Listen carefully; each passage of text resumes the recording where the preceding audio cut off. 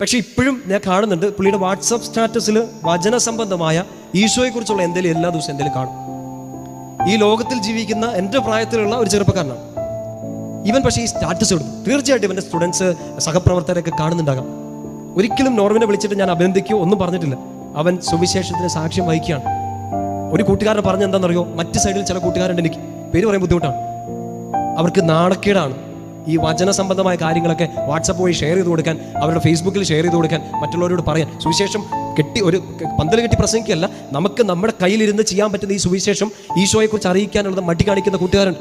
നിങ്ങൾക്കുണ്ടാവും, നിങ്ങളുണ്ടാവും അതിനകത്ത്. നാണക്കേടാണ്. എൻ്റെ കൂട്ടുകാർക്ക് അത്ര വിശ്വാസം ഇല്ലാത്തവരാണ്, എൻ്റെ കൂട്ടുകാർ ഇതിനോട് താല്പര്യം ഇല്ലാത്തവരാണ്. അപ്പോൾ എന്നെ അവർ കളിയാക്കും. അവസാനം നിനക്ക് അഭിമാനിക്കാൻ ഒന്നും ബാക്കി ഉണ്ടാവില്ല കേട്ടോ.